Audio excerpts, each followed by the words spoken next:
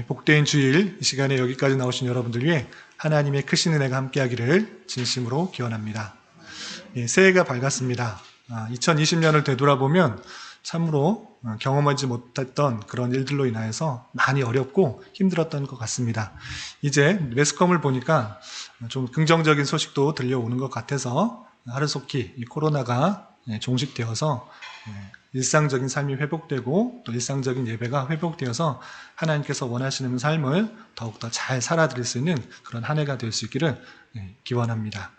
그리고 나름대로 여러분들이 갖고 있는 새해 소망들이 있을 터인데 그것들이 정말 주님 안에서 어떻게 이루어 가시는지를 한번 되돌아보면서 아무 생각 없이 매년 똑같은 해고 또 매년 똑같은 날의 반복인데 뭘 다짐하고 또 계획하는가 이렇게 생각할 수 있지만 그런 것이 아니라 새해를 시작하는 마음으로 하나님께서 우리에게 또 어떻게 역사하실 것들을 기대하는 마음으로 나에게 어떻게 역사하실까, 어떻게 인도하실까를 기대하는 마음으로 나름대로의 계획과 또 희망, 다짐을 가지고 한 해를 힘있게 살 수 있었으면 좋겠습니다. 그리고 우리가 서로 새해 인사할 때 우리 1월 1일 때 또 설교 말씀 통해서 잠깐 말씀드렸는데 이른바 그냥 새해 복 많이 받으세요 이렇게 인사하는 경우도 있는데 물론 복 많이 받는 것 좋은 일인데 가만히 생각해 보면 하나님께서 이 세상 모든 만물을 주관하시고 그 분으로부터 모든 선한 것, 좋은 것이 나오기 때문에 우리가 먹는 것, 사는 것, 입는 것, 숨 쉬는 것 그 모든 것이 하나님께서 주시는 복 가운데 있다라는 생각들을 할 때 우리는 복을 더 받으려고 하는 것이 아니라 이미 풍성하게 주시는 복을 모르는 채 사는 것이 아니라 복을 잘 누리며 감사하는 삶을 살아가기에 힘써야 될 것입니다. 그래서 인사하실 때 새해 복 많이 받으세요 이렇게 인사하기보다는 새해 복 많이 누리세요라고 인사하면 더 좋지 않을까 이렇게 생각을 해봅니다. 물론 새해 복 많이 받으세요 해도 나쁜 건 아닙니다. 그냥 흔히들 하는 그런 신년 인사이기 때문에 그것이 나쁘다, 정죄할 것이 이렇게 생각할 것은 아니라 가만히 생각해보면 하나님께서 우리에게 가장 선한 때, 가장 필요한 것으로 항상 입히시고 먹히신다라는 생각들을 잘 가진다고 하면 우리에게 주어진 어떤 어려운 상황도 복으로 삼아 기뻐하며 감사할 수 있다라고 할 수 있기 때문에 새해 복 많이 누리세요. 주님의 복 많이 누리시는 그런 새해가 되십시오. 이렇게 인사하는 그런 저희가 되었으면 좋겠습니다. 이따 예배 다 끝나고 서로 교제하실 때 아무렇게나 인사도 괜찮지만 새해 복 많이 누리세요. 이렇게 인사하면 더 좋지 않을까 그런 생각을 해봅니다. 그래서 1월, 2월에는 특별히 우리 말씀일기 본문을 이사야로 잡았습니다. 이사야에 대해서 잘 아시고 많이 읽어보시고 접해보신 분도 있지만 이사야가 누구인가 처음 접해보신 분도 있기 때문에 1월, 2월에 읽게 되는 이사야 말씀에 대해서 간략하게 소개해드리고 또 그것을 통해서 우리가 접해야 될 것이 무엇인지 깨달아야 될 것이 무엇인지 또 특별히 한 장 한 장 읽어가는 우리의 삶의 자세에 있어서 말씀을 읽어가는 삶의 자세에 있어서 오늘 본문을 통해서 우리가 교훈받고 깨달아야 될 것이 무엇인지를 좀 살펴볼 수 있는 그런 시간을 갖도록 하겠습니다. 이사야 혹시 이사야 들어보신 분 있으신가요? 이사야 처음 들어보신 분 있으신가요? 윤경현 성도님 이사야 들어보셨어요? 처음 들어보셨죠? 처음 들어보시면 이사야가 어떤 사람인가 무슨 사람인가 그럴 수 있는데 이사야는 그러니까 예수님께서 오시기 전에 약 700년 전에 살았던 인물입니다. 어디서 살았는가 라고 했을 때 팔레스타인 지역에 이스라엘이라는 그런 나라가 있는데 그 나라에서 활동하면서 하나님의 말씀을 전했던 그런 사람입니다. 그런데 이 이스라엘이라는 나라는 맨 처음에는 한 나라였지만 통일왕국 한 나라였지만 우리나라가 남과 북으로 나뉘어진 것처럼 이스라엘도 남과 북으로 나뉘어진 때가 있었습니다. 그런데 이 이스라엘이 남과 북으로 나뉘어졌을 때 북쪽 이스라엘이 아니라 남쪽 유다에서 활동했던 그런 선지자입니다. 남쪽 유다에서 하나님의 말씀을 받아 많은 하나님의 백성들에게 하나님의 뜻을 전파했던 사람입니다. 그래서 언제부터 언제까지 활동하였는가라고 할 때 이사야 1장 1절에 보면 표현이 되고 있는데, 유다왕 남쪽, 이스라엘이 남과 북으로 나뉘어졌을 때 남쪽의 왕이 20명이 계속 바뀌었습니다.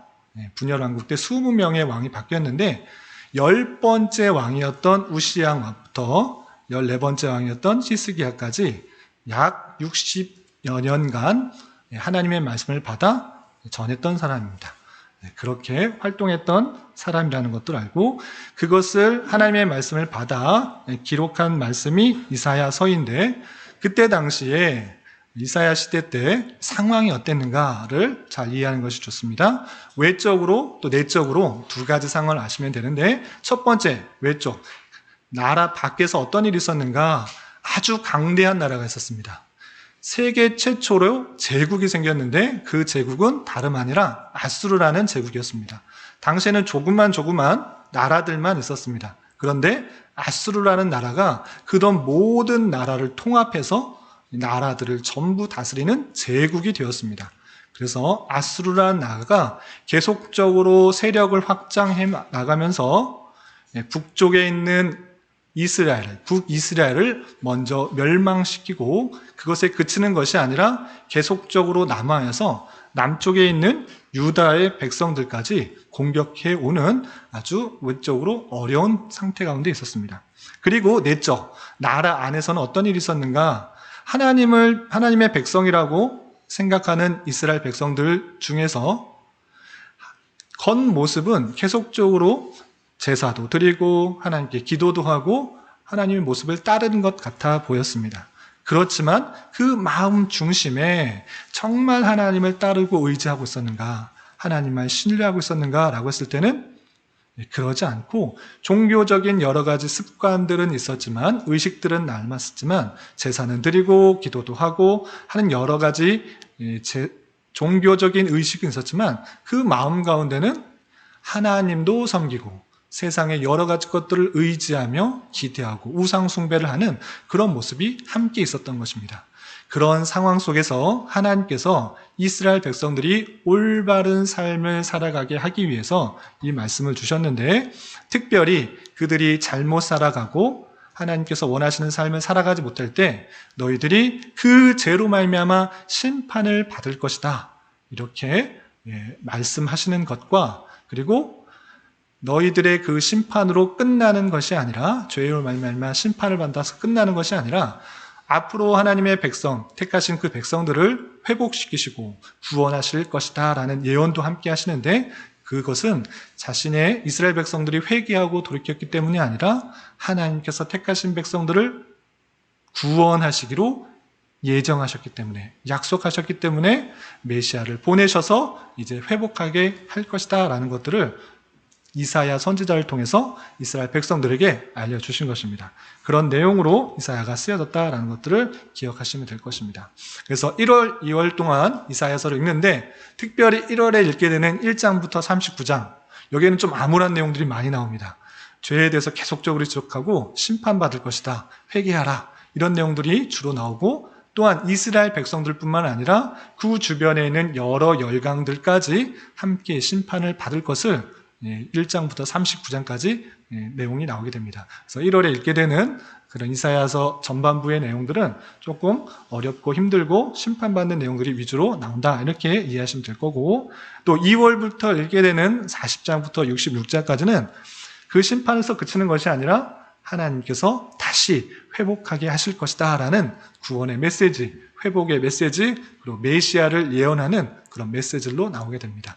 그래서 66장, 우리 성경이 66권인데 구약이 39권, 신약이 27권인 것처럼 이사야도 66장까지 있는데 39장까지는 조금 구약에 좀 빗대어서 설명할 수가 있겠고, 40장부터 60장까지는 메시아에 대한 내용이기 때문에 신약과 연관해서 생각하면 조금 더 이해하기가 쉽고 좀 알아보기 쉽다, 이렇게 이해하시면서 받아보시면 되겠습니다. 그렇다면 오늘 말씀 3장으로 되돌아와서 하나님께서 어떤 말씀을 하셨는지 그 내용을 잘 살피고 이것을 통해 우리 삶에 어떻게 적용할지 생각해 보는 시간을 갖도록 하겠습니다. 우선 3장 1절에 보시면 하나님께서 이렇게 말씀하십니다. 3장 1절 보면 보라 주 만군의 여호와께서 예루살렘과 유다가 의뢰하며 의지하는 것을 제하여 버리실 것이다 라고 하고 있습니다. 유다라고 표현된 하나님의 택하신 백성들, 그가 잘못된 의뢰, 잘못된 의지를 했기 때문에 하나님께서 그 의지하는 모든 것을 제하여 버리겠다 이렇게 말하는 것입니다. 우리가 의뢰하는 것, 의지하는 것 나름대로 있습니다. 부모님을 의지할 수가 있고 선생님을 의지할 수가 있고 목사님을 의지할 수 있고 또 다른 친척이나 친구들을 의지할 수 있습니다. 아니면 내가 갖고 있는 직업, 직장, 내가 갖고 있는 재물을 의지할 수 있습니다. 그런데 그 모든 의뢰와 의지, 그 모든 것들을 심판하고 계시겠다 이렇게 제하여 버리실 것이다 라고 표현하고 있는 것입니다.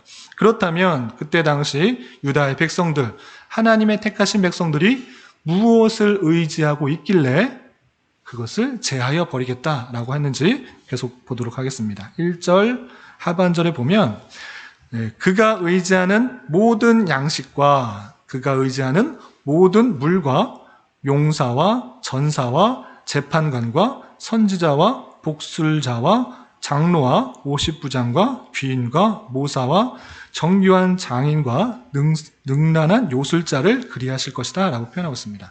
가만히 보면 이것이 새로운 어떤 우상이라기보다는 우리가 실제 접하고 있는, 매일 접하고 있는 그런 모든 것입니다. 모든 양식, 모든 물, 그런 것들을 의뢰하고 의지하는 그런 모습들, 그것을 다 제거하겠다라고 표현하고 있고, 심지어 전사, 재판관, 힘을 쓰는 용맹한 군사, 그리고 재판하는 정치자, 이 세상의 권세를 잡은 자, 그리고 더 중요한 것은 선지자, 하나님의 말씀을 전파하는 그런 선지자인데 이런 것도 다 의지하는 것들을 제거해 버리시겠다 이렇게 표현하고 있는 것입니다.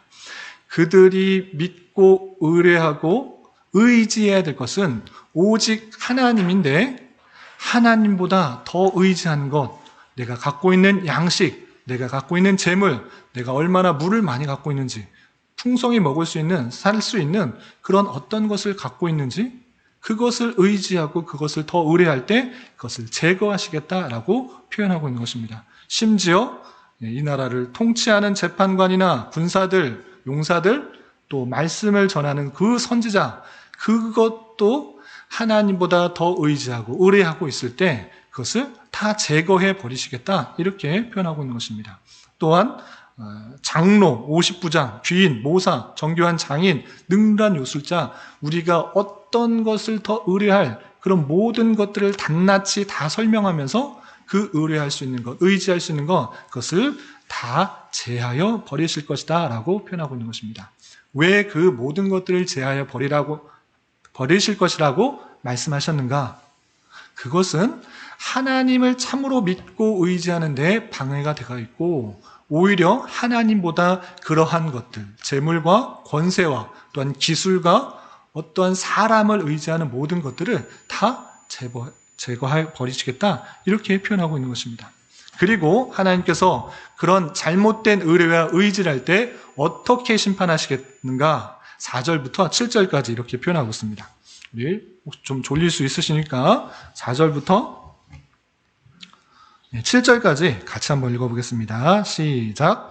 그가 또 소년들을 그들의 고관으로 삼으시며 아이들이 그들을 다스리게 하시리니 백성이 서로 학대하며 각기 이웃을 전해하며 아이가 노인에게 비천한 자가 존귀한 자에게 교만할 것이며 혹시 사람이 자기 아버지 집에서 자기의 형제를 붙잡고 말하기를 내게는 겉옷이 있으니 너는 우리의 통치자가 되어 이 폐허를 내 손 아래에 두라 할 것이며 그날에 그가 소리를 높여 이르기를 나는 고치는 자가 되지 아니하겠노라. 내 집에는 양식도 없고 의복도 없으니 너희는 나를 백성의 통치자로 말미하리.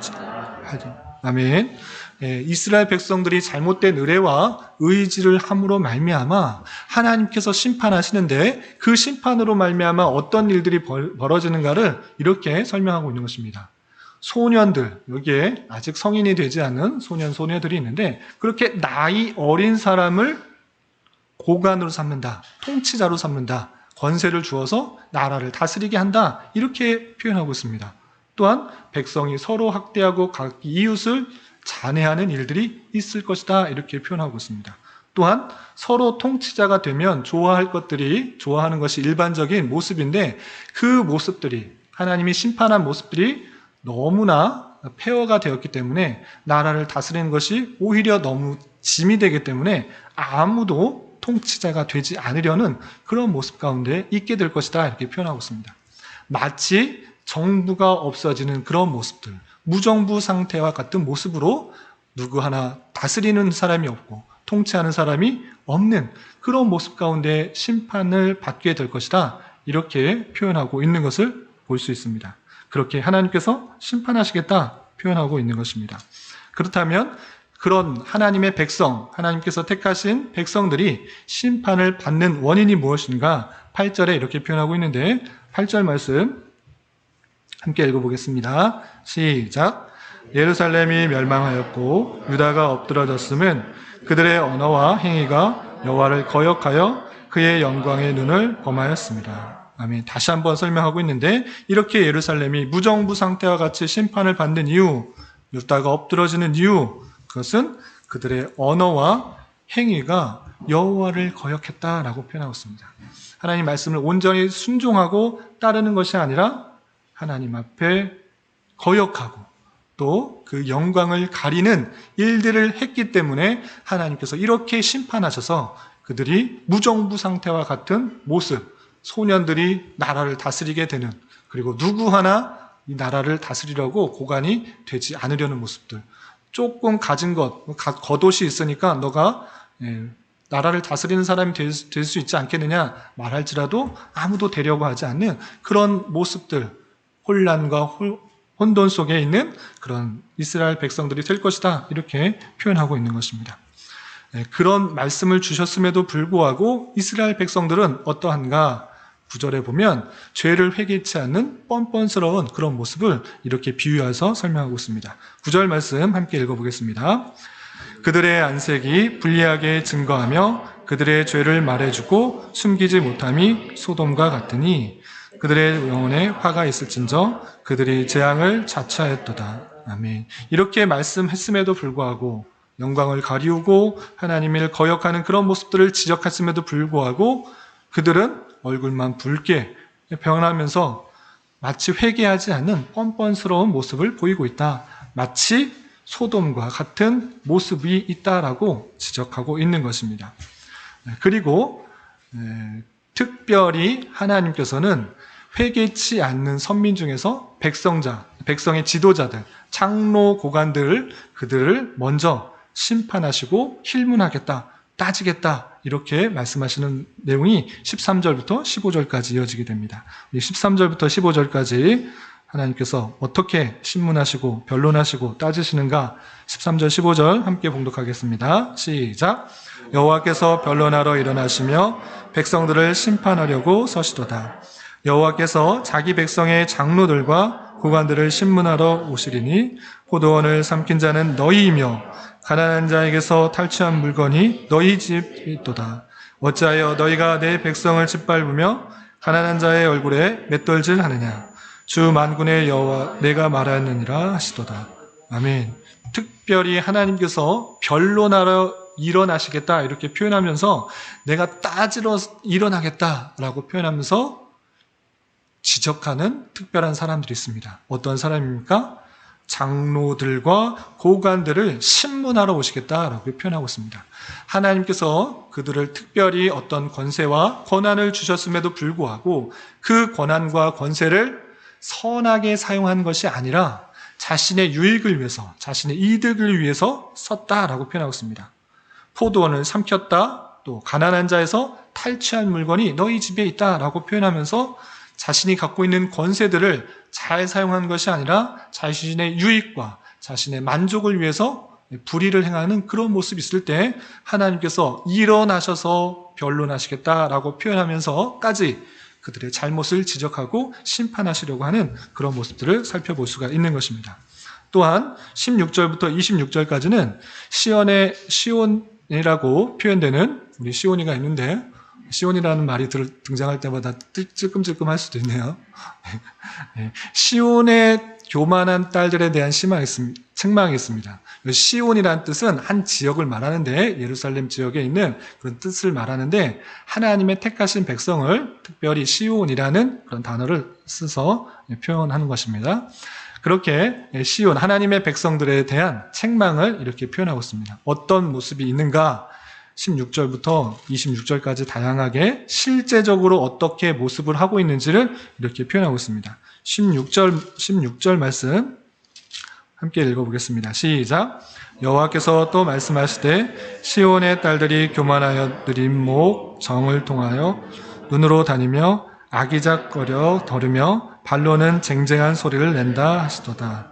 시온의 딸들이라고 하면서 이스라엘 백성들의 한 모습들을 비유적으로 설명하고 있는데, 여인이 그 모습을 표현할 때 아기작거린다 또는 쟁쟁한 소리를 내면서 자신의 밖에 있는 다른 사람들을 유혹하는 모습들을 이렇게 표현하고 있는 것입니다. 시온의 딸들이 또한 교만하여서 겸손하지 못하여서 느린 목과 정을 통하여 눈으로 다니며 아기작거리면서 또 발로는 쟁쟁한 소리를 내면서 색정적인 모습으로 타락해 가고 있는 그런 모습을 이렇게 표현하고 있는 것입니다. 또한 실제적으로 그들의 모습이 얼마나 잘못되어 가고 있는지 구체적으로 18절 이하 23절에 이렇게 표현하고 있습니다. 18절, 그들의 이스라엘 백성들이 얼마나 다른 쪽으로, 하나님께서 원하시는 모습과 다른 쪽으로 가고 있는지 18절부터 23절까지 함께 봉독하겠습니다.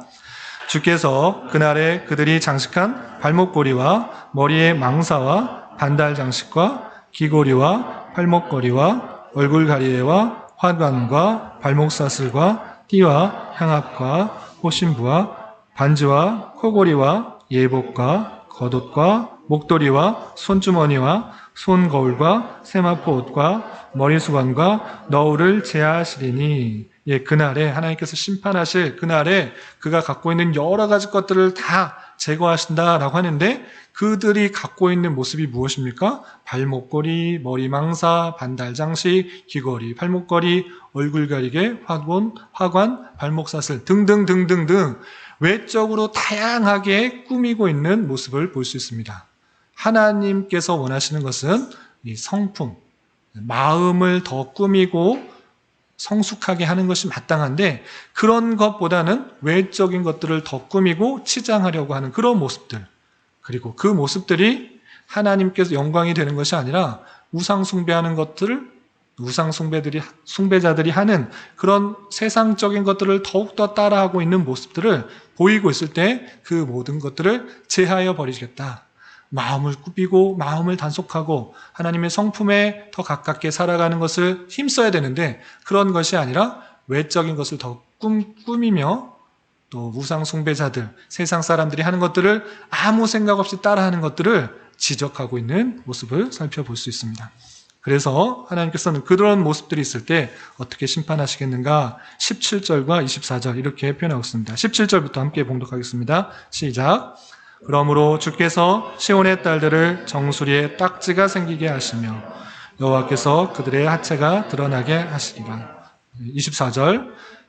그때에 썩은 냄새가 향기를 대신하고 노끈이 띠를 대신하고 대머리가 숱한 머리털을 대신하고 굵은 베옷이 화려한 옷을 대신하고 수치스러운 흔적이 아름다움을 대신할 것이며, 심판으로 말미암아 그들이 외적으로 꾸미고 있는, 외적인 것에 더 신경 쓰고 있는, 외향적인 것들에 더 관심이 있고 그것에 마음을 빼앗긴 그 모습들, 그 모든 것들을 제하시고 부끄럽게 하실 것이다. 그들의 모든 것들을 다 벗기시게 할 것이다. 그의 속내가 다 드러나게 하실 것이다. 이렇게 심판을 선언하고 있는 것입니다. 이런 말씀을 통해서 우리는 어떤 것을 교훈받아야 할지 생각해 보았으면 좋겠습니다. 첫 번째, 우리는 선민으로서 의뢰할 것을 의뢰하고 의지할 자를 의지하여야 할 것입니다. 우리가 아까 살펴본 것 같이 1절에서 보면 그들이 잘못 의뢰하고 의지하고 있는 양식, 물, 용사, 전사, 재판관, 선지자, 복술자, 장로들, 그 모든 것들을 제거하고 제거하겠다라고 표현하고 있습니다. 그런데 가만히 보면 그러면 우리는 어떤 것을 믿어야 되는가? 어떤 것을 의지해야 되는가? 양식이나 물이나 또는 선지자, 재판관 이런 것들을 의지하지 말고 아무것도 의지하지 말라는 것인가? 그런 것이 아니라 하나님보다 더 의뢰하며 의지하는 그런 모습들은 제거해야 된다. 이렇게 표현하고 있는 것입니다. 가만히 볼 때 잘못 생각하면 하나님 믿는 사람은 하나님께서 다 지켜주시고 구원해 주시고 또한 치유해 주실 것이기 때문에 보험도 들지 말고 병원도 가지 말고 그냥 기도만 하고 말씀만 봐야 된다. 이렇게 생각할 수 있는데 그런 것까지 말하는 것은 아닙니다. 하나님께서는 그런 사람들도 다 통하셔서 또 그런 제도를 통하여서 하나님께서 역사하십니다. 그렇기 때문에 믿는 사람들도 보험 들어야 되고 또 병원 가야 되고 약 먹어야 됩니다. 여기 의사 선생님도 계시고 간호사 선생님 계시고 또 여러 가지 제도가 있는데 그런 것 자체를 아예 다 부정하는 의미는 아닐 것입니다. 그런데 가만히 보면 그것보다 하나님보다 그것을 더 의지하고 있는 모습은 아닌지를 되돌아봐야 되는 것입니다. 내가 하나님 믿는데 보험은 한 20개는 들어야 돼. 그래야지 좀 안심이 될 것 같아. 이렇게 하는 것은 정말 하나님을 의지하고 있는가? 아니면 보험을 의지하고 있는가? 어떤 제도를 의지하고 있는가? 다시 한번 되돌아봐야 된다는 것입니다. 또한 선지자를 의지하지 말고 선지자 또한 제거하신다. 이렇게 표현하고 있습니다. 그런데 우리 또한 우리가 믿는 이 환경 속에서 너무 목사에만 목회자에게만 의지하고 있는지를 되돌아보아야 될 것입니다. 목회자도 부족하고 연약하고 죄 많은 인간일 뿐인데 오히려 그런 사람들만 의지하고 하나님께서 원하시는 것들보다 하나님께서 주시는 말씀보다 하나님의 도구일 뿐인 선지자나 목회자나 이런 것을 더 의지하고 있는지 되돌아봐야 될 것입니다. 참된 의지는, 참된 의뢰는 오직 한 분 하나님밖에 없음을 잘 알아야 될 것입니다. 그분만을 의뢰하고 의지하는 가운데 우리에게 주어진 다양한 수단과 환경과 형편을 도구로서 삼아 하나님께서 그들을 통해서 역사하실 것들을 믿으며 그들을 선하게 이용하고 또 활용하고 있어야 될 것입니다. 선민으로서의 참된 의지와 절대적인 신뢰는 오직 삼위일체 한 분 하나님만이 되어야 될 것이고 그 외의 것은 내게 주어진 위치에서 하나님께서 원하시는 삶을 살아가며 훈련되어야 하는 과정 중에 하나의 도구로 삼아 그것들을 선하게 이용하여서 내가 훈련받고 성장하는 귀한 도구로 삼아야 할 줄 알아야 될 것입니다. 그러한 가운데 여러분들에게 한번 묻고 싶습니다. 여러분들은 무엇을 의뢰하며 무엇을 의지하며 지내고 있습니까?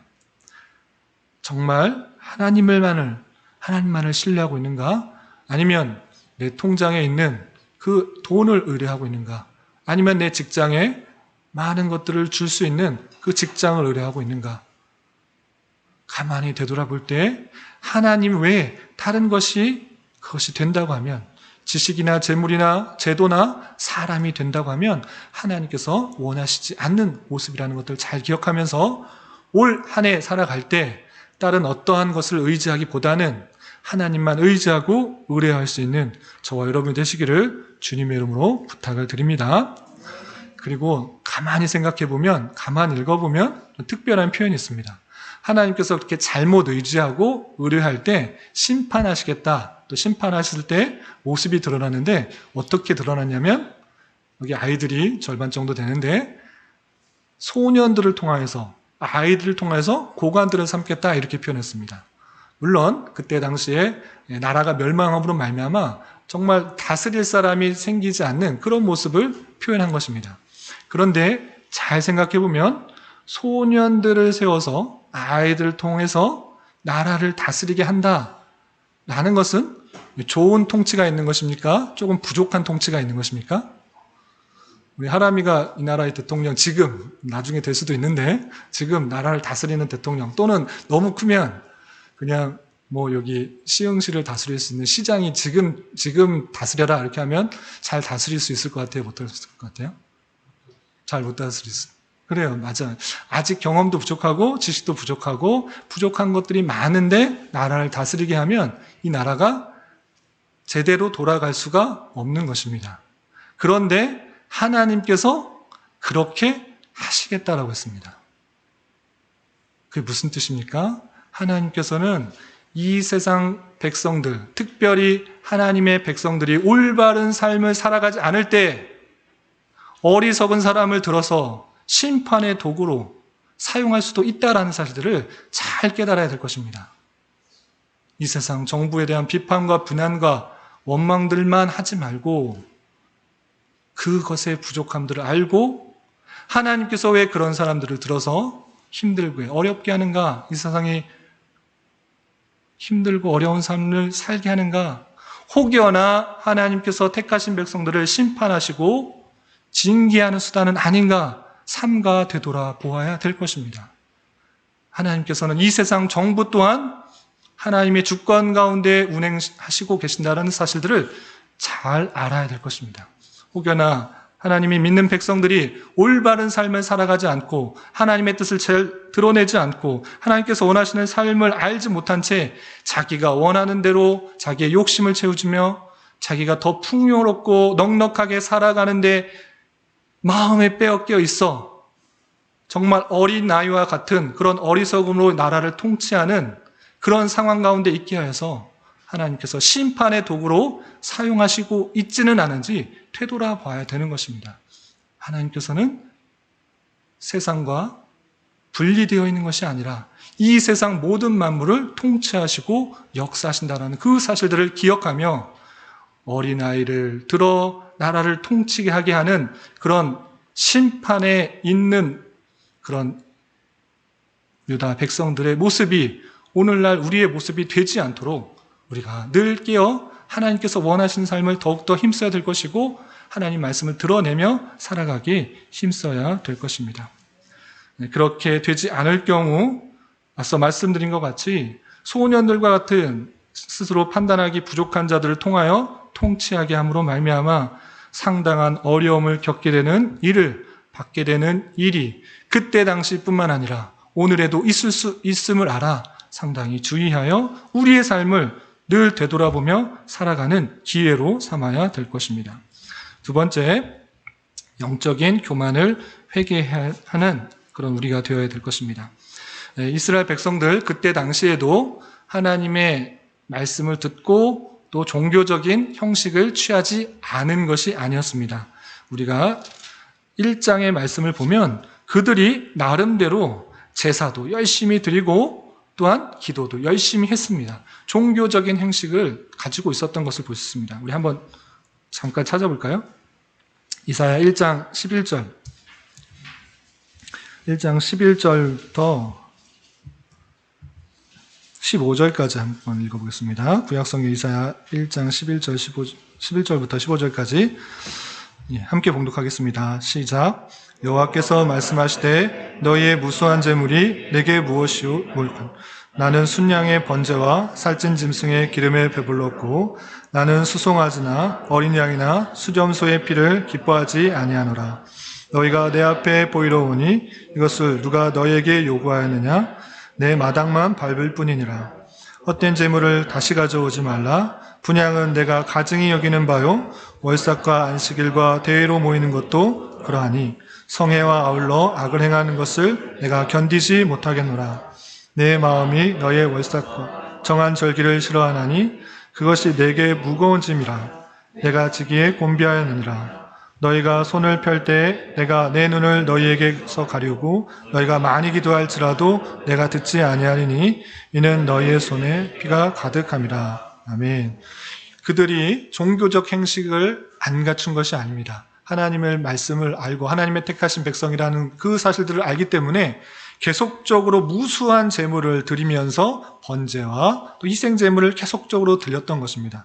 또한 손을 펴면서 손을 하나님 앞에 많이 기도하는 모습이 있었습니다. 그럼에도 불구하고 하나님께서 그런 거 받으시겠느냐? 그 많은 그 희생 제물이 나를 기쁘게 하지 않는다. 정한 월식, 또 정한 절기, 그런 것들을 계속적으로 지켜가는 종교적인 모습은 있지만, 기도하는 모습은 있지만, 실제 각자의 삶 속에서 하나님의 말씀대로 살아가지 않고 그냥 외적인 것으로만 나는 하나님 말씀 잘 지키고 종교적인 형식 잘 지키고 있어 하는 그런 교만함 가운데 있지는 않은지 되돌아보아야 될 것입니다. 특별히 신앙생활을 오래 하면 오래 할수록 이런 영적 교만은 쉽게 빠지기가 쉽습니다. 내가 들어온 것도 많고 행해온 것도 많지만 그 마음 가운데 이 정도면 내가 하나님의 말씀에 대해서 잘 알아. 내가 이 정도면 나름대로 다른 사람, 아직 초신자에 비해서 신앙생활 오래 하지 않은 사람으로 비해서 내가 조금 더 잘 살고 있어라는 그런 마음이 생길 수가 있습니다. 특별히 직분자나 목회자나 그런 마음들이 더 생길 수가 있는 것입니다. 그런데 그 마음 가운데 진정으로 하나님의 말씀에 내 삶을 되돌아보고 비춰볼 때 신앙생활을 하면 할수록 더 많이 느껴야 되는 것이 무엇인가라고 하면 나의 부패, 나의 잘못, 나의 허물, 나의 연약함, 내가 행하는 모든 것들이 하나님 앞에서 참으로 부족하고 연약하고 죄밖에 없음을 아는 것, 내가 점점 더 죄에 대해 민감하여 하나님 앞에 죄인임을 깨닫고 하나님의 은혜 없이는, 하나님의 은혜 역사 없이는, 하나님의 자비 없이는 살아갈 수가 없는 존재인 것을 느껴야 되는 것입니다.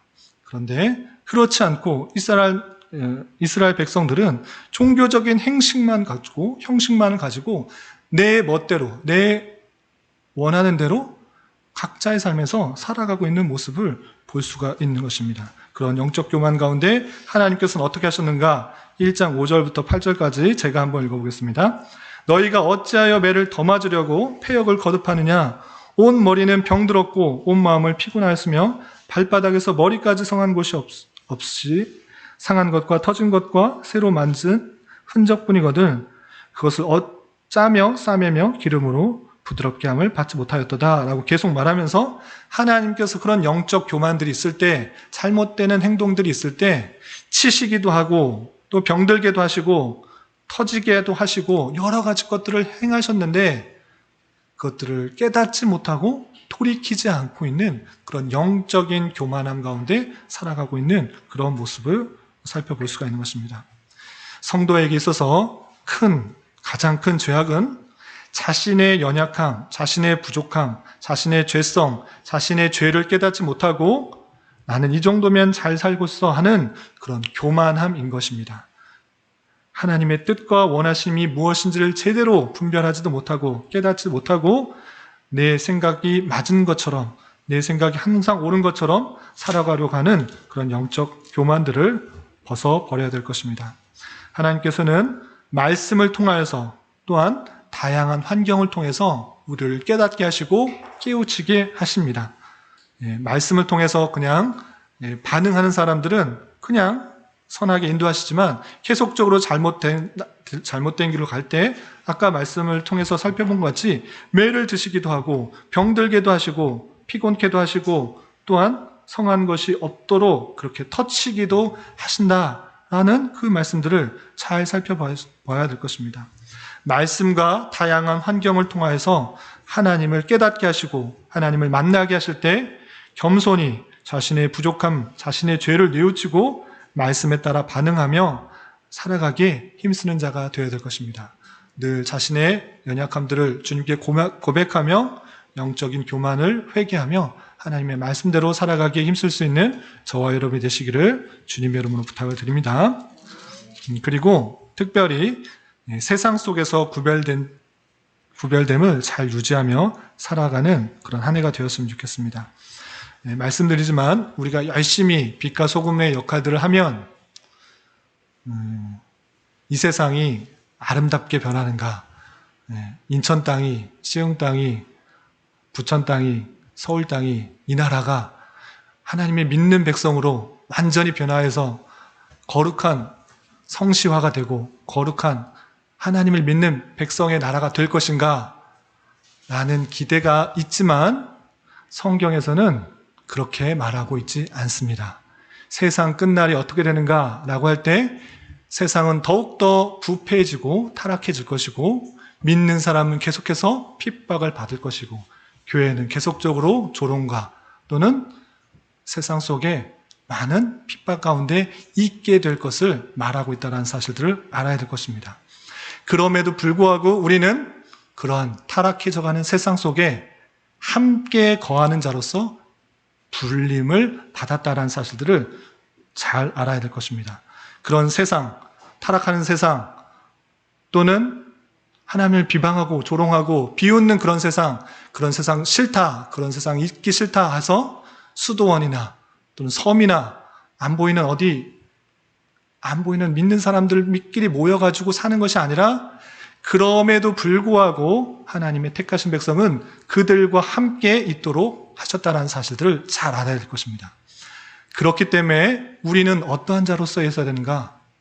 뱀같이 지혜롭고 비둘기같이 순결한 자로서 하나님께서 원하시는 것들이 무엇인지를 잘 깨닫고 그 어두워져가는 세상 속에서 타락해져가는 세상 속에서 동화되는 것이 아니라 거룩과 순결함을 잘 유지하여서 그 속에 포함되어 있는 아직 하나님을 깨닫지 못하는 아직 하나님을 만나지 못한 하나님의 택하신 백성을 나를 통해서 깨닫게 하시고 또는 경험해 하시고 복음을 전하는 도구로 쓰임받아야 될 것이며 또한 그런 비웃음과 핍박과 조롱 속에서 하나님을 더 찾는 기회, 하나님을 더 부르짖는 기회, 하나님을 더 의지하는 기회로 삼아 하나님을 더욱더 깊이 만나 내 영적으로 더욱 성숙할 수 있는 기회로 삼아야 될 것입니다.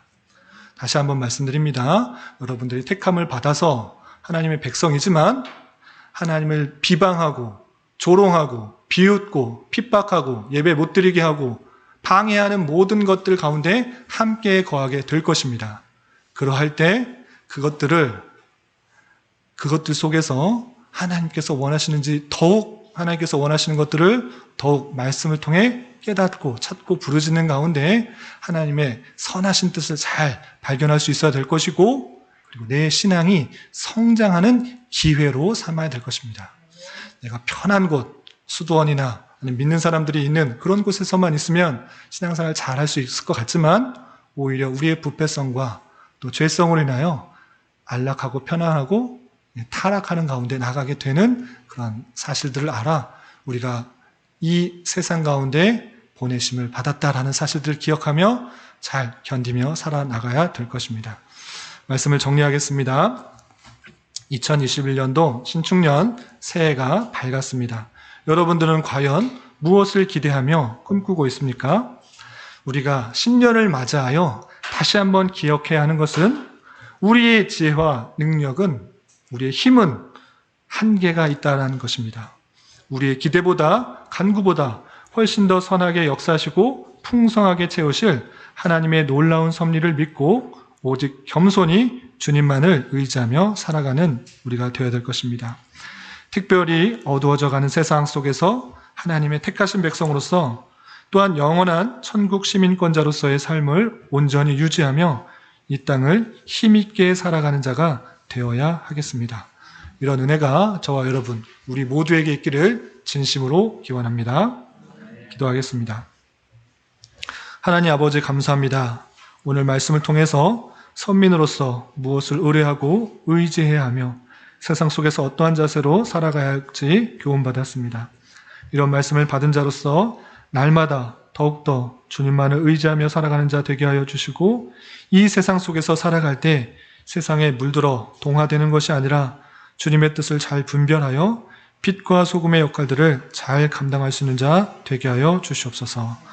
예수님의 이름으로 기도드리옵나이다. 아멘.